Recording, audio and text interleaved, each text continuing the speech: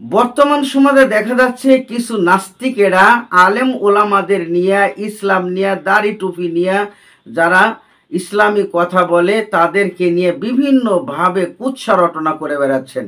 আলেমদের নাম শুনলেই তাদের গা জ্বালা পোড়া করতেছে। চলুন সেই আলেমরা আসলে কারা, আলেমদের পরিচয় আমরা আজকের হাদিস থেকে জানব ইনশাল্লাহ। চলুন হাদিসে কি লেখা আছে দেখে আসি। রহমতে আলম নবী নূরে মুজাসসাম। আসসালামু আলাইকুম ওয়া রাহমাতুল্লাহি ওয়া বারাকাতুহু। ইন্নাল হামদালিল্লাহ ওয়াস সালাতু ওয়াস সালামু আলা রাসূলিল্লাহ। দূরের ও কাছের, দেশ ও বিদেশের যে যেখান থেকে শুনছেন সবাইকে আন্তরিক সালাম এবং মোবারকবাদ। সম্মানিত দর্শক শ্রোতা, এই পৃথিবী হলো ক্ষণস্থায়ী আমাদের জীবন। এই পৃথিবী হলো বালির বাঁধ, যখন তখন ধ্বংস হয়ে যাবে। কিয়ামত কখন সংগঠিত হবে আমরা কিন্তু কেউ জানি না। সম্মানিত ভাইরা, কিন্তু এই জীবনের পরে আরও একটি জীবন আছে, যেই জীবনে আসল মুক্তি, যেই জীবনে যদি আমাদের মুক্তি না হয় আর কোনোদিন মুক্তির কোনো আশা নাই। এই ক্ষণস্থায়ী জীবনে যদি কোনো বিপদে পড়ে যাই, কোনো বন্ধু বান্ধব বা যে কোনো মানুষের মাধ্যমে সে বিপদ উদ্ধার হয়ে যাবে, আবার কখনো বিপদে পড়ব, আবার বিপদ থেকে মুক্তি পাব। কিন্তু কিয়ামতের আদালতে যদি আমার বিরুদ্ধে ফয়সালা হয়ে যায়, রায় হয়ে যায়, সেখানে কোনো আপিলের ব্যবস্থা নাই, সেখান থেকে মুক্তির কোনো উপায় নাই। কিন্তু এর পরেও ওই কিয়ামতেও আপিলের ব্যবস্থা আল্লাহ রব্বুল আলামিন করে দিয়েছেন, যা আমাদের জন্য খুবই গুরুত্বপূর্ণ একটা অধ্যায়।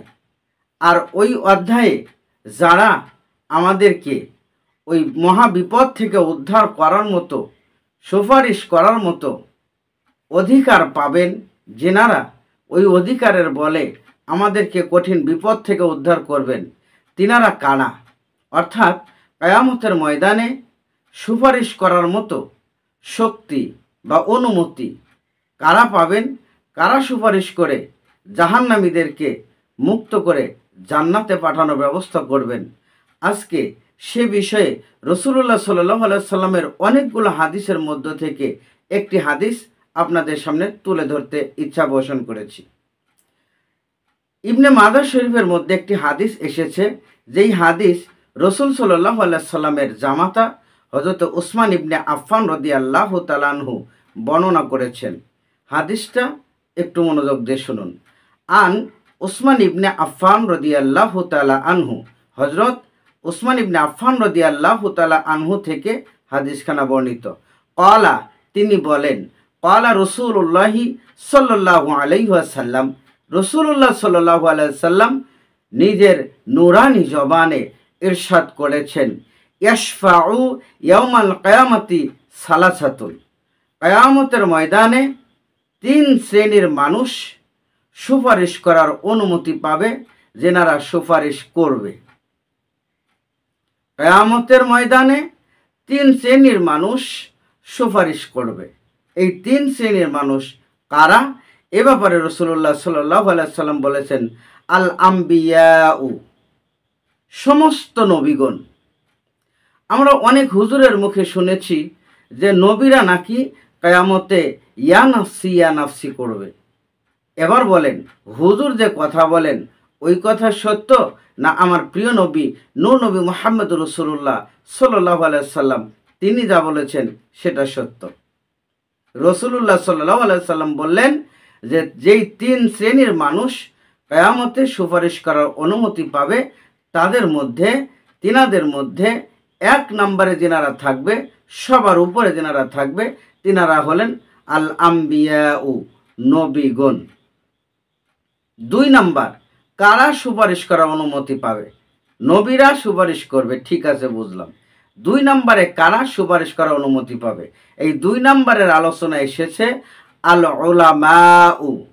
স্বয়ং রাসূলুল্লাহ সাল্লাল্লাহু আলাইহি সাল্লাম বলেছেন, আল উলামাউ, সমস্ত আলেমগণ, অর্থাৎ যে সমস্ত নেককার সলিহিন আলেম রয়েছেন, যারা নিজেরা মানুষকে ইলম শিক্ষা দেন এবং নিজেরা শিক্ষা গ্রহণ করে তদ অনুযায়ী আমল করেন।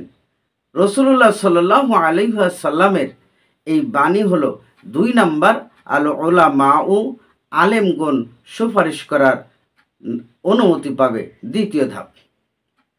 এরপরে 3 নাম্বার কোন শ্রেণীর মানুষ, এ ব্যাপারে রাসূলুল্লাহ সাল্লাল্লাহু আলাইহি ওয়াসাল্লাম বলেছেন, আশ-শুহাদাউ।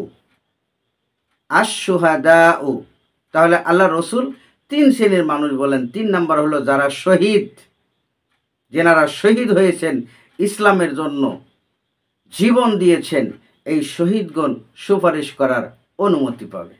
তার হাদিসটা এভাবে এসেছে, আন উসমান ইবনে আফফান রাদিয়াল্লাহু তাআলা আনহু قال قال رسول الله صلى الله عليه وسلم يشفع يوم القيامة ثلاثة الأنبياء ثم العلماء ثم الشهداء রাওয়াহু ইবনে মাজাহ।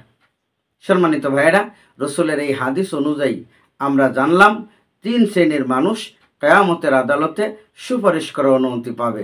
সুতরাং অবশ্যই আমরা নিজেরা আমল করব এবং এই 3 শ্রেণীর মানুষদের সাথে অবশ্যই ভালো ব্যবহার করব।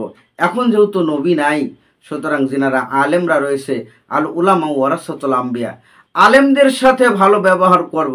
যিনারা আলেমদের নিয়ে কটূক্তি করে, তারা স্বয়ং রাসূলুল্লাহ সাল্লাল্লাহু আলাইহি ওয়াসাল্লামের এই হাদিসটাকে অস্বীকার করে। আল্লাহ পাক আমাদের বুঝ দান করুন।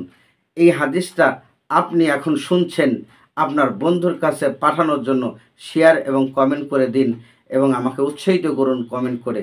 এরকম নতুন নতুন আরও ভিডিও পাওয়ার জন্য, হাদিসের আলোচনা পাওয়ার জন্য অবশ্যই আমার চ্যানেলটি সাবস্ক্রাইব করে রাখবেন।